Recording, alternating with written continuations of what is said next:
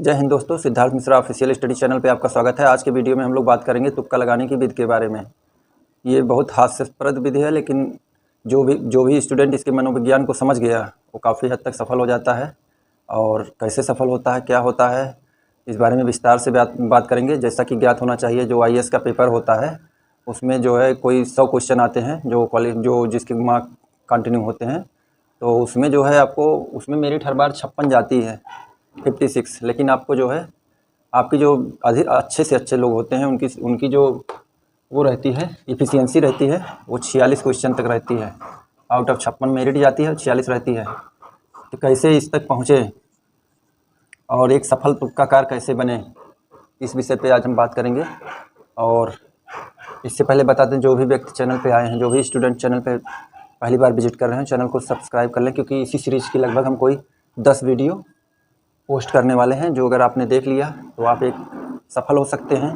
जैसा कि मैंने पहले बताया कि इतने तक आते आते अच्छे से अच्छे स्टूडेंटों की नए सवाल होने के कारण, हर साल नए करंट वगैरह जोड़ने के कारण प्रतिभा जो है डाउन होने लगती है, लेकिन मेरिट इतनी जाती है। तो कैसे इतना करें और कैसे एक सफल तुक्केकार बने, क्योंकि 10 लाख लोग रहते हैं, तो कोई ज़रूरी नहीं आपकी जो योग्यता है वो उसमें से कुछ लोगों की योग्यता के बराबर होती है, लेकिन कुछ लोग उसी में से सफल हो जाते हैं और कुछ लोग उसी में से आपसे कम जानने वाले कुछ लोग सफल हो जाते हैं और कुछ लोग विफल हो जाते हैं। तो चलिए वीडियो को शुरू करते हैं और देखते हैं कि तुक्का कैसे लगाया जाता है और क्या हो एप्रोप्रिएट तरीका तुक्का लगाने के। इन सब चीज़ों पे बात करते हैं। सबसे पहले बात करते हैं तुक्का का इतिहास, हिस्ट्री ऑफ तुक्का या गेस इन हिस्ट्री। इसका इतिहास क्या है दोस्तों? जब से ऑप्शनल जो ये शुरू हुआ है क्वेश्चन, तब से जो है आपका तुक्का वो अस्तित्व में है। लेकिन पहले क्या होता था? पहले जो होता था, आपका जो है मार्किंग प्लस करने के लिए ये चीज़ बनाया जाता था। मतलब इसका ये है, जैसे पहले माइनस मार्किंग नहीं होती थी, तब आपका जितना आता था उतना आप कर लेते थे, प्लस तुक्का से भी कुछ आपका सही हो जाता था। लेकिन अब ये चीज़ नहीं रही। अब जो है काफ़ी परिवर्तन आ गया है इस क्षेत्र में भी, और हर कमीशन ये मानने लगे हैं कि कम से कम तुक्का लगाने से आपका जो है नुकसान ना हो, लेकिन अगर आप जानते हैं तो आपका फ़ायदा हो। साइकोलॉजी ऑफ गेस का जैसे क्या है, जैसे मान लीजिए 4 क्वेश्चन होते हैं,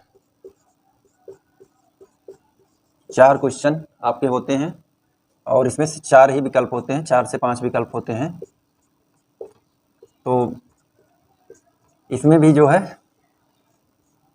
1/4 ही किसी भी सवाल के सही होने की, एक ऑप्शन के सही होने की संभावना होती है। तो इस हिसाब से अगर आप 4 पे मारते हैं तुक्का, तो आपके 1 क्वेश्चन सही हो जाते हैं, 1 क्वेश्चन सही जाते हैं और 3 गलत जाते हैं, तो भी जो आपका स्कोर रहता है वो माइनस नहीं होने पाता, 0 रहता है। लेकिन जो सफल तुक्केकार होते हैं वो इसी में से किसी किसी का 2 चला जाता है। तो आप समझ सकते हैं, अगर मान लीजिए 1/4 माइनस मार्किंग है या 1/3 माइनस मार्किंग है, दोनों के आधार पर आप विचार कर सकते हैं। अगर आपके 2 क्वेश्चन 2-2 नंबर के, जैसे IAS में ही चलते हैं, UPSC में 2-2 नंबर के क्वेश्चन होते हैं, तो अगर दो आपके सही चले गए तो आपका 4 क्वेश्चन बन गया, और अगर 2 गलत गए तो आपके 66 1 पॉइंट समथिंग आपके रॉन्ग हो गए, तब भी आपको 2.5 नंबर से प्लस कुछ नंबर मिलेगा। ये चीज़ आप मान के चलिए, तो आपका गलत नहीं होगा। लेकिन अगर आपने एक ही आपका सही हुआ तो आपका इक्वल हो जाएगा।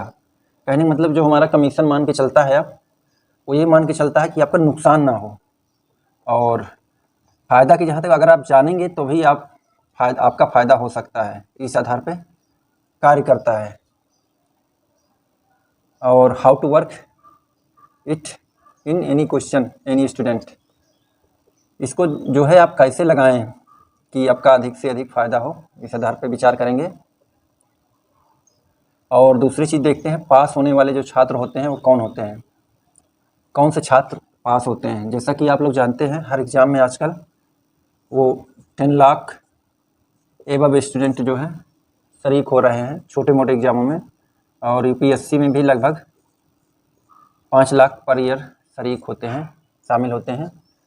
तो जो इसमें तुक्का लगाते हैं, बहुत से लोगों के इसमें ऐसे होते हैं कि जो वो रहते हैं, जो आपकी क्वालिटी रहती है उससे मैच करती है, लेकिन आप सफल नहीं होते हैं, वो सफल हो जाते हैं।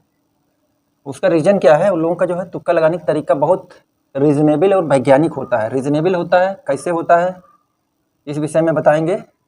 जैसे बहुत से लोग होते हैं, मान लीजिए 100 क्वेश्चन है तो 100 में आपकी मेरिट 56 जा रही है, तो 56 ही वो लोग करके आते हैं, 56 ही करके आते हैं। कुछ लोग इस मानसिकता के होते हैं, तो ऐसे लोगों का जो है वो 2-4 लोग या मान लीजिए 20 लोग ऐसे होंगे जिनका इतना निकलता होगा, बाकी लोग फेल कर जाते हैं। उसका रीज़न ये है कि जो है गलती करना इंसान की प्रवृत्ति है, ह्यूमन टेंडेंसी है गलती करना। 10-20 ये माना जा सकता है, इससे भी कम माना जाएगा, लेकिन हम मान लेते हैं 10-20, ये चीज़ आप भी मान के चलिए। और कुछ लोग जो है 100 में 60 क्वेश्चन करके आते हैं और 16 क्वेश्चन गलत करते हैं, टोटल जो है 76 क्वेश्चन करके आते हैं, तो भी ये क्वालिफाई होते हैं, 56 नंबर फिर भी ये पाते हैं। इसी तरह से कुछ लोग जो है 100 में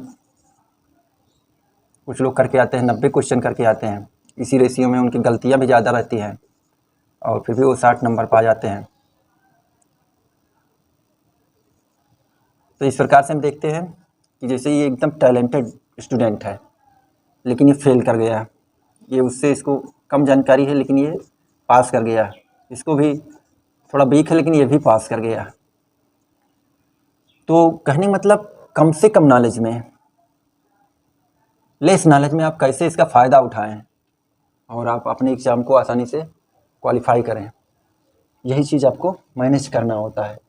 आप कितना क्वेश्चन करें, अब ये देख के आपको अनुमान एक आइडिया लग जाएगा। अगर इस टैली को आपने ध्यान से देखा तो आपको एक आइडिया लग जाएगा कि आपको कहाँ से करना है।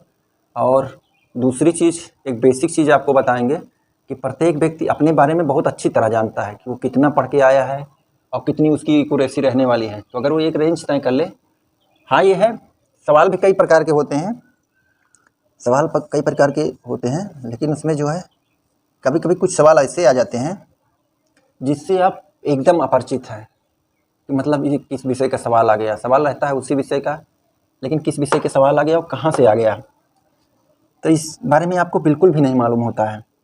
तो ऐसे सवालों को आपको स्किप करना पड़ेगा। You have to skip this type of question, इस सवाल को आपको स्किप करना पड़ेगा। ऐसे सवाल कोई 10 हो सकते हैं, 10 से ज़्यादा नहीं हो सकते, 10-12 हो सकते हैं, जिसको आप स्किप कर दें तो ज़्यादा बेहतर रहेगा। इस चीज़ को भी आपको दिमाग में रखना पड़ेगा, इस पॉइंट को, इन सब पॉइंटों को आपको दिमाग में रखना पड़ेगा। When you are going to handle any exam then you should keep this thing in your mind. इस चीज़ को आपको आपको जो है देखना पड़ेगा। अब ये सब होता है किसके तुक्के सबसे ज़्यादा सही हो सकते हैं, तो ये तो फिर कई चीज़ों पर निर्भर करता है, किसके तुक्के जो है सबसे ज़्यादा सही होते हैं, कई चीज़ों पर निर्भर करता है। सबसे बड़ी बात जो है आपकी नॉलेज क्या है, नॉलेज क्या है।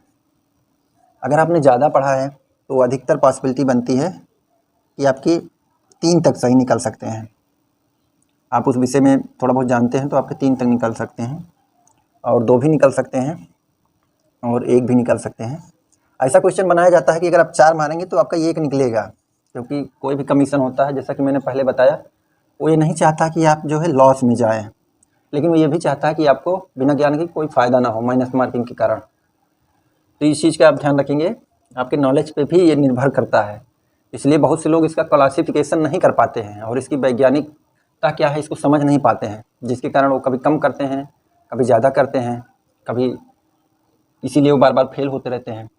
तो अगर इतनी चीज़ों को आपने समझ लिया कि तुक्के का मनोविज्ञान क्या है, तो आप जो है बहुत अच्छे ढंग से सवालों को कर सकते हैं, माइनस मार्किंग के सवालों को कर सकते हैं, इतनी चीज़ों। और मेरा तो ये सजेशन है कि आप तुक्का लगाइए, तुक्का जो है आप जी भर के लगाइए, क्योंकि सभी लोग जो है वो तुक्का लगाते हैं, और तुक्का ना लगाने वाले सफल कम होते हैं, 10-20 तुक्का लगाने वाले ज़्यादा सफल होते हैं। तो इस चीज़ का आपको ध्यान रखना है। और ये हो गया आज का वीडियो में हमने जो कवरेज दिया वो तुक्के की वैज्ञानिक सोच के बारे में बताया। इसी प्रकार की मैं लगभग कोई 10 वीडियो लाने वाला हूँ जो कि आपको बहुत फ़ायदा करेगा अगर आप चैनल से जुड़ते हैं। तो ये चीज़ अगर आप इसकी साइकोलॉजी पकड़ लिए और अपनी सिचुएशन को पकड़ लिए कि आप हैं कहाँ, तो आपको ये चीज़ बहुत ज़्यादा बेनिफिट करने वाली है। तो वीडियो देखने के लिए आपका धन्यवाद। चैनल पे पहली बार विजिट कर रहे हैं तो सब्सक्राइब कर लें। थैंक यू, आपका दिन शुभ हो। नमस्कार।